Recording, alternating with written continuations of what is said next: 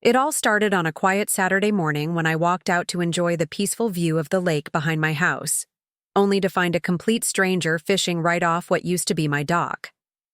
Confused, I asked him what he was doing, and without hesitation, he said, "Karen said this belongs to her cousin now." My stomach dropped.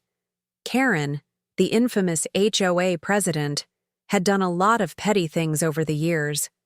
But this was next level. Apparently, while no one was paying attention, she pushed through some shady paperwork and reassigned my lake access to her cousin without ever speaking to me. It wasn't just a mistake. She had the nerve to tell me it was for community, balance, and that her cousin needed water therapy. As if that gave her the right to strip away something I paid for and maintained for years. And believe me, this wasn't just a patch of land. It was the main reason I bought the property. Watching someone else use it like it was theirs, with Karen smiling smugly from her deck, was enough to make my blood boil. But instead of screaming or threatening to sue like she probably expected, I decided to get creative. I spent the next few days planning my response, one that would stay within HOA rules, but make a bold statement no one could ignore. So what did I do? I built a fence. Not just any fence, a very legal, very sturdy, perfectly measured fence, right down the middle of the so-called shared lakefront. It split the space so evenly, Karen's cousin couldn't cast a line without bumping into it. But that was only the beginning. What happened next had the entire neighborhood talking, and even the HOA couldn't ignore it. You see, Karen had been running the HOA like it was her personal kingdom for years. She wasn't elected. She sort of slid into the role after the previous president moved away and no one really stepped up. At first, it was harmless stuff, sending notices about uncut grass or asking people to repaint their mailboxes. But over time, her power trips got worse. She'd make up rules on the fly, favor certain neighbors, and ignore complaints that didn't suit her agenda. Most people just stayed quiet, figuring it wasn't worth the fight. I tried to get along. Even went to a couple HOA meetings early on, but it was clear Karen didn't like anyone questioning her. And when I bought the lakefront property, she was polite on the surface, but you could tell it bugged her that someone else now had the best view in the neighborhood.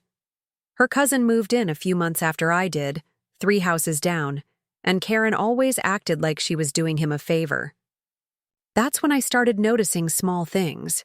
My dock ladder went missing, weeds suddenly showed up along the shore, and once, someone left a bag of trash on my property line. Then came the letter. It looked official, stamped with the HOA logo, saying there'd been a boundary clarification, and that access to the lake was now considered a shared easement. It was full of vague legal language, but the key point was that my exclusive access was gone. I emailed, called, even knocked on her door. She smiled and said, "It's already been voted on. No meeting, no vote. Just Karen making moves behind the scenes." The fence? That was my answer. But I knew it wouldn't end there. Karen was already watching from her window like a hawk, and from the look in her eyes, she wasn't done playing games. The morning after, I finished the fence. I noticed Karen's cousin pacing near the dock, phone pressed to his ear, clearly agitated. He kept pointing at the fence like it was some personal insult. A few hours later, I got a letter taped to my door, another one of Karen's official-looking HOA notices. This time, it claimed my fence disrupted the harmony of the shoreline, and that I had 7 days to remove it or face fines. But here's the thing. Before I built it, I read every single page of the HOA guidelines, front to back, and not one rule said I couldn't build a fence on my property as long as it stayed within the survey lines and didn't block any public access. My fence followed every rule. It just made things inconvenient for Karen and her cousin. That's when I realized this wasn't just about a fence or a dock, it was about control. Karen didn't like losing face, and she definitely didn't like being challenged. Meanwhile, a few neighbors started to quietly check in with me. One guy from across the street said Karen once tried to fine him for parking his RV in his driveway. For too long, even though it was only one night. Another neighbor told me about a garden shed that was mysteriously flagged after a disagreement at an HOA meeting. People had stories, but no one wanted to be the first to push back. I guess I'd unknowingly become the test case. Even my mailbox started getting weird. Anonymous notes, mostly typed, one of them saying, "Not worth the fight." Another just read, "You'll regret this." I didn't know if it was Karen, her cousin, or someone else entirely. But the pressure was building. The HOA meeting was just days away, and word was, Karen planned to make a very public example out of me. By the time the HOA meeting rolled around, the neighborhood felt like it was holding its breath. People I'd never even spoken to were nodding at me, whispering things like, "Good luck tonight," or "Watch your back in there." I walked into the community center with my folder of documents, surveys, emails, photos of the fence, even screenshots of Karen's vague notices. I wasn't there to start a war, just to defend my property and call out what was clearly a shady power grab. The room was packed tighter than usual. Karen stood at the front, flanked by a few board members who always seemed to nod when she spoke, no matter what she said. Her cousin sat off to the side, arms crossed, shooting daggers my way. Karen opened the meeting with her usual routine, budget talk, community events, but it didn't take long before she shifted topics. She cleared her throat and said, "There's been an unfortunate disturbance on the lakefront, and I think it's time we discuss the divisive actions taken by one of our neighbors." I could feel every eye in the room turn to me. Karen pulled out a poster board with a blown-up photo of the fence, dramatically pointing to it like it was some kind of crime scene. "This kind of behavior doesn't reflect our values," she said. "We need to vote on whether this structure violates our community standards." That's when I stood up. My heart was pounding, but I laid out everything. My property survey, the HOA bylaws, the lack of an actual vote on the shared easement. I even read her original letter out loud, showing how nothing had been filed properly. But instead of backing down, Karen doubled down. She claimed she had verbal approval from the board months ago and accused me of hostile behavior for building the fence. Then she pulled out something I didn't expect, an envelope marked "legal notice." The tension in the room shifted. People started whispering, leaning in. I hadn't even opened it yet, but I already knew. This fight was far from over. I took the envelope with shaky hands, opened it right there in front of everyone, and started reading. It wasn't just a warning, it was a cease and desist order. According to the document, I was being accused of encroaching on community property, creating a public nuisance, and harassing fellow residents. It even included a demand to remove the fence within 48 hours or face legal action. The entire room went silent. Karen stood there with her arms folded, clearly proud of whatever move she thought she had just made. But then something unexpected happened. A voice from the back of the room spoke up. "Actually, that fence is on his private lot. I checked the parcel maps this morning." It was Greg, one of the quieter neighbors, retired, soft-spoken, but sharp. He pulled out a printout of the county's property records and held it up.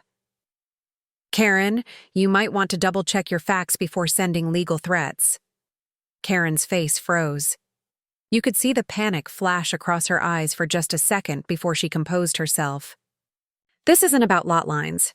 It's about community well-being," she snapped, trying to regain control. But it was too late. People were murmuring now, glancing at Greg's document, questioning everything. And then came the real twist.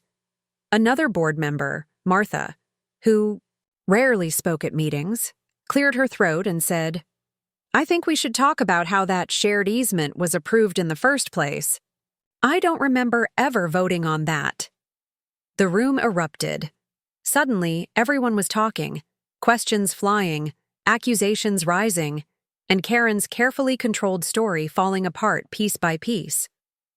I just stood there, holding the envelope, watching her world unravel. But deep down, I knew this wasn't the end. Karen wasn't the type to go down without a fight, and something told me she still had one more card to play. As the room buzzed with murmurs and rising tension, Karen raised her voice, trying to regain control. "This meeting is getting off track," she said sharply. "We'll review the legal notice privately, and the board will make a final decision." But people weren't buying it anymore. Greg stepped forward, calmly handing the parcel map to the board. Martha nodded and said, "I move that we table the vote on the fence and instead investigate how this easement was created without documented." Approval. For the first time in all these meetings, the board didn't just nod blindly. A second board member raised his hand. "I second it." Karen's smile vanished. She tried once more, saying, "I acted in the interest of the neighborhood. My cousin needs access for his health." I was just trying to help. But the room had turned. One neighbor asked, "Did your cousin even apply for access properly?" Another chimed in, "Why does he need water therapy if he's been wakeboarding every weekend?" It was brutal. The board voted right there, unanimously, to suspend the enforcement action against me and reopen discussion on all recent easement decisions. I should have felt victorious. And for a moment, I did. But just as things were wrapping up, Karen pulled out one last file from her bag. "If we're being transparent," she said through a tight smile, "then maybe we should talk about the drainage violation behind your fence." She handed it to the board, a complaint she'd filed with the county weeks ago. Apparently, she claimed runoff from my yard was damaging the shared shoreline. It was a petty, last-ditch move, but technically it was enough to trigger a county inspection. So while I had won the battle in that room, I walked out knowing the war wasn't over. Karen didn't just lose control, she was out for revenge. And now the fight was moving from HOA meetings to county records. The county inspection came 2 weeks later. I'd spent days cleaning up the yard, checking every drainage pipe, and even brought in a landscaper to confirm everything was up to code. When the inspector showed up, clipboard in hand, he took one look and said, "Honestly, I've seen way worse. You're fine." He left without filing a single violation. Karen's last attempt to stir up trouble had fizzled out. After that, something shifted in the neighborhood. People who had once stayed quiet started speaking up. A few even showed up at the next HOA meeting, asking real questions and demanding to see votes in writing. Karen kept her position for a little while longer, but her influence faded fast. Eventually, she resigned, citing personal reasons. Her cousin quietly moved out a few weeks later. No goodbye, no explanations, just gone. As for the fence, it stayed exactly where I built it. Some neighbors laughed about it when they passed by, calling it the line that broke the kingdom. And while the whole ordeal was stressful, it did something unexpected. It brought the community closer.